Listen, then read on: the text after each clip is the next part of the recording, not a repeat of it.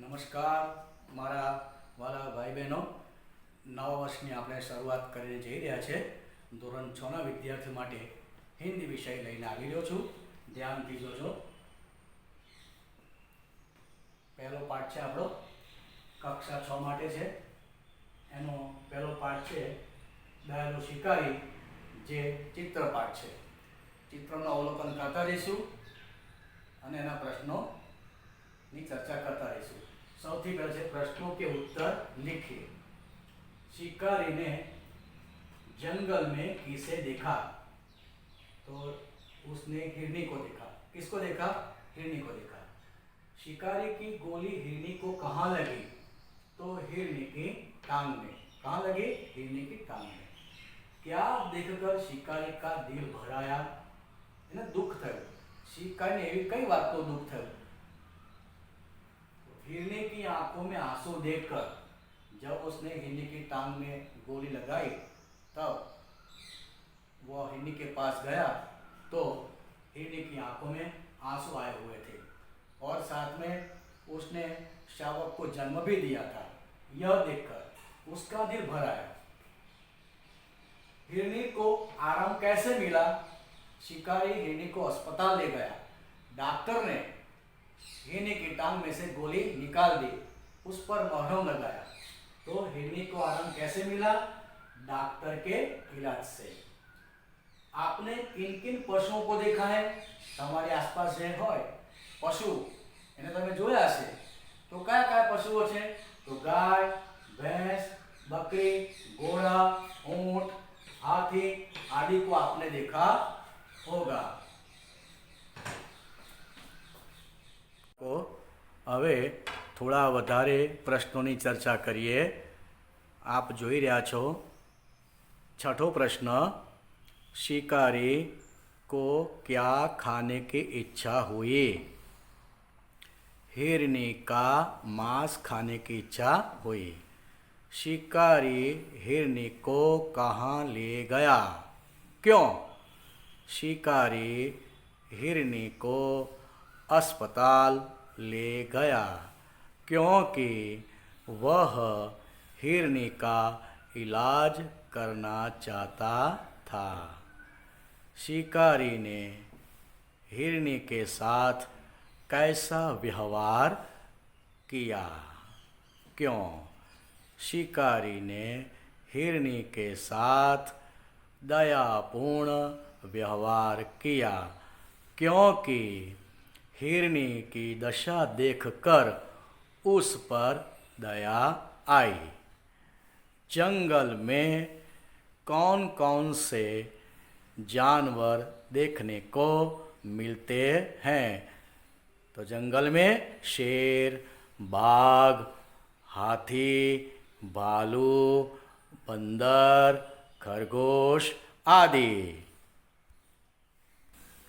चलो હવે થોડું વ્યાકરણ લઈએ, મજા આવશે. વિરોધી શબ્દ લીખો. આપણને શબ્દ આપ્યો હોય એનો વિરોધી શબ્દ લખવાનો છે. એને વિલોમ પણ કહેવાય. બહુત તો કમ, થોડા. દયાલુ, નિર્દયી.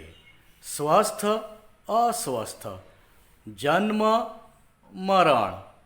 खुश, नाखुश.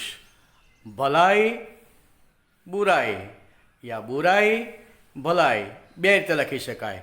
એટલે હું પહેલાં બોલ્યો ભલાઈ તો બુરાઈ અને બુરાઈ તો ભલાઈ. એવી તો મરણ તો જન્મ, નિર્દય તો દયાલુ. એ રીતે તમારે તૈયાર કરવાનું છે. ચલો હવે થોડું સંજ્ઞાની ચર્ચા કરીએ. સંજ્ઞા. એક તો પહેલાં સંજ્ઞા કોને કહેવાય એની આપણે વ્યાખ્યા લઈએ છીએ. संज्ञा किसी व्यक्ति, वस्तु, स्थान या भाव को प्रकट करने वाले शब्दों को संज्ञा कहते हैं. भाव प्रकट होना चाहिए किसी भी वाक्य का. यहाँ उदाहरण मैंने लिए है. वाक्यों में से संज्ञा ढूंढिए. पूजन परीक्षा में पास हुआ तो पूजन એ સંજ્ઞા થઈ.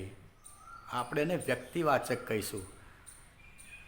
કઈ સંજ્ઞા છે? વ્યક્તિવાચક.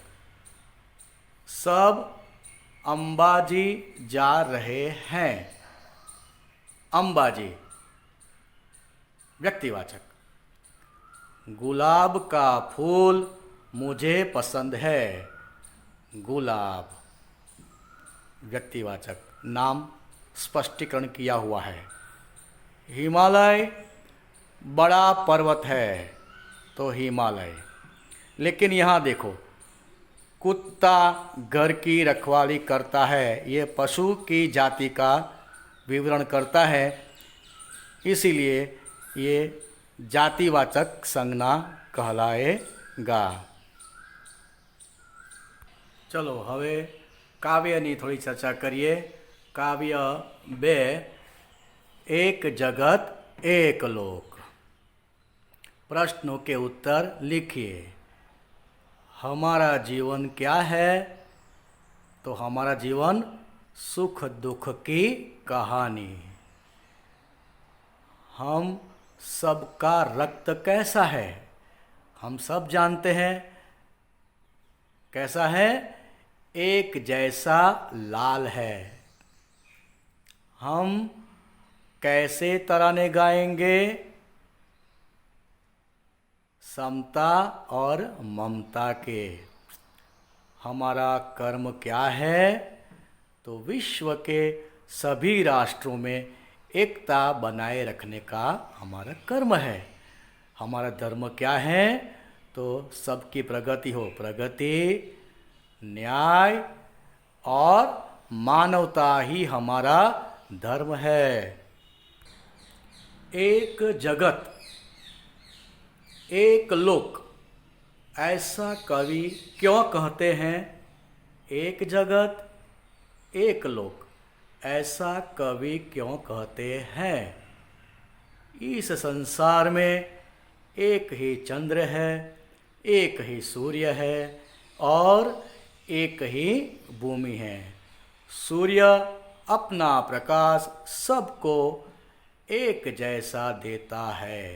हम सब एक ही भूमि पर रहते हैं, इसलिए कवि कहते हैं एक ही जगत है और एक ही लोक है. एक रक्त का अर्थ समझाइए. इस भूमि पर रहने वाले सभी जीवों का रक्त एक जैसा है.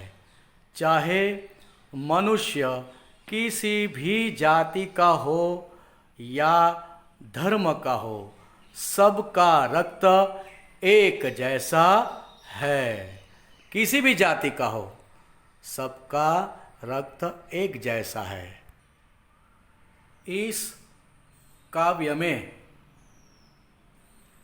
प्रकृति के कौन कौन से तत्व है? तो चंद्रमा, सूर्य, भूमि, आसमान यानी कि गगन, हवा यानी कि पवन, पानी आदि ये सब प्रकृति के तत्व है.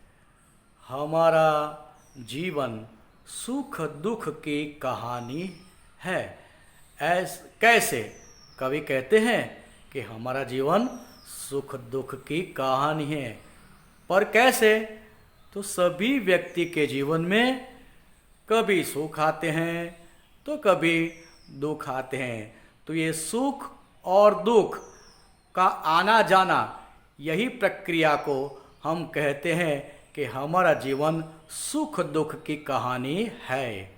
सभी नदियाँ अलग अलग हैं, फिर भी कवि क्यों कहते हैं कि एक ही पानी? हम सब जानते हैं दुनिया में कई सारी नदियां हैं, फिर भी एक ही पानी. तो सभी नदियों का पानी कुदरती देन है. ये कुदरती देन है, आविष्कार है कुदरती. सभी नदियां अलग अलग होने के बावजूद, यानी कि फिर भी सभी पानी का रंग एक जैसा है. कैसा है? एक जैसा रंग है, इसीलिए एक ही पानी कहते हैं। હવે થોડુંક વ્યાકરણ લઈશું, ધ્યાનથી જોજો. આપણે વ્યાકરણ લઈએ છીએ થોડું, આગલા પાઠમાં લીધું એમ. વિલોમ શબ્દ એટલે કે વિરોધી શબ્દ લખવાનો છે. શુભ અશુભ, ચેતન જડ, જીવન મૃત્યુ, સ્વામી દાસ, પ્રકાશ અંધકાર. તો આનો અભ્યાસ કરજો. હવે સમાનાર્થી શબ્દ લઈશું આપણે. ધ્યાનથી જુઓ. સમાનાર્થી શબ્દો એક સરખો એનો અર્થ થતો હોય. જગત તો દુનિયા, લોક સંસાર પણ લખી શકાય. માન આદર, તેજ પ્રકાશ, ભૂમિ જમીન, મમતા પ્રેમ, કર્મ કામ, મધુર મીઠા, પ્રગતિ વિકાસ, ઉન્નતિ પણ લખી શકાય. રક્ત ખૂન, પ્રાણ જાન, જીવ પણ લખી શકાય. હર્ષ આનંદ, ઐક્ય એકતા. તો આ પ્રમાણે આપણે એને તૈયાર કરવાનું છે. कविता सुनिए।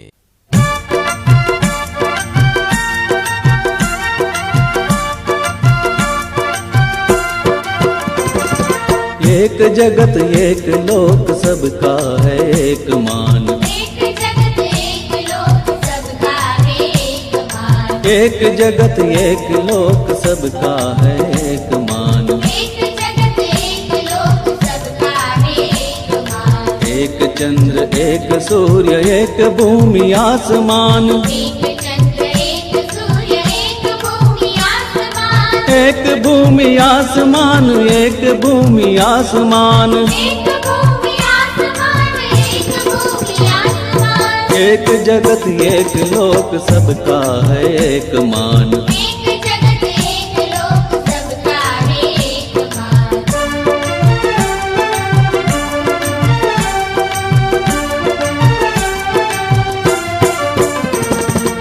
एक तेज एक हवा एक ही पानी। एक तेज एक हवा एक ही पानी। एक तेज एक हवा एक ही पानी। एक तेज एक हवा एक ही पानी। जीवन है सुख दुख की एक कहानी। जीवन है सुख दुख की एक कहानी। एक देह एक रक्त एक देह एक रक्त। एक देह एक रक्त एक देह एक रक्त। एक देह एक रक्त एक अस्थि एक प्राण। एक देह एक रक्त एक अस्थि एक प्राण। एक जगत एक लोक सबका है एक मान। एक जगत एक लोक सबका है एक मान।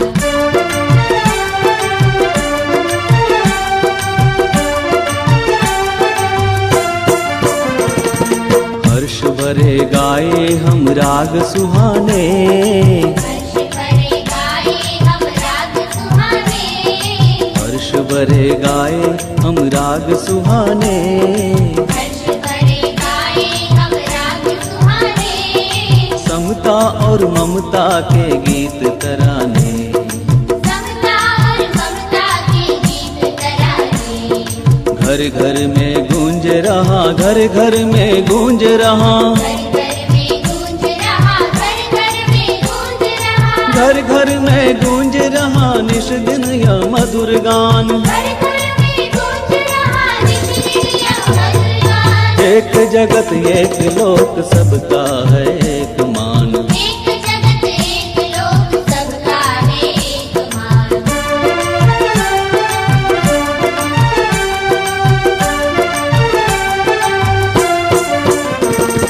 राष्ट्रों में ऐक्य यही कर्म हमारा।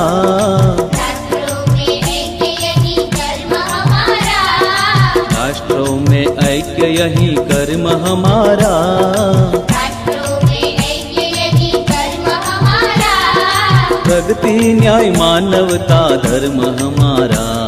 प्रगति न्याय मानवता धर्म हमारा। हिल मिल के लहराए, हिल मिल के लहराए, हिल मिल के लहराए, हिल मिल के लहराए, हिल मिल के लहराए विश्व शांति का निशान। हिल मिल के लहराए विश्व शांति का निशान। हिल मिल के लहराए विश्व शांति का निशान। हिल मिल के लहराए विश्व शांति का निशान। एक जगत एक लोक सबका है एक मान। एक जगत एक लोक सबका है एक मान। एक चंद्र एक सूर्य एक भूमि आसमान, एक भूमि आसमान। एक जगत एक लोक सबका है एक मान। एक चंद्र एक सूर्य एक भूमि आसमान। समझूती। यह पूरी दुनिया एक है, संसार भी एक ही है। इस संसार के सभी लोगों को सम्मान मिलना चाहिए। पूरे संसार को एक ही चंद्र की रोशनी मिलती है। एक ही सूर्य पूरे लोक में उजाला फैलाता है। संसार के सभी लोग एक ही आसमान के नीचे एक ही धरती पर रहते हैं।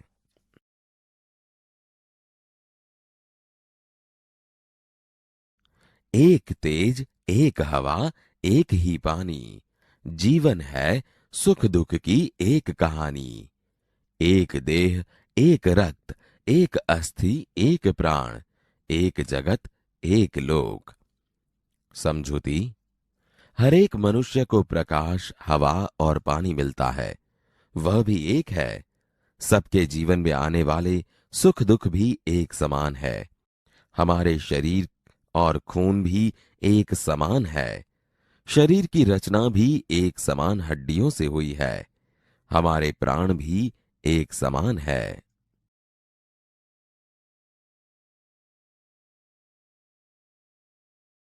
हर्ष भरे गाए हम राग सुहाने, समता और ममता के गीत तराने। घर घर में गूंज रहा निष्दिन यह मधुर गान। एक जगत एक लोक। समझौती। हम सब एक साथ मिलकर मधुर राग में आनंद से गीत गान करें, जिनसे समानता और ममता की भावना जागृत हो। घर घर में रात दिन यह गीत गूंजते रहे कि हम सब एक हैं।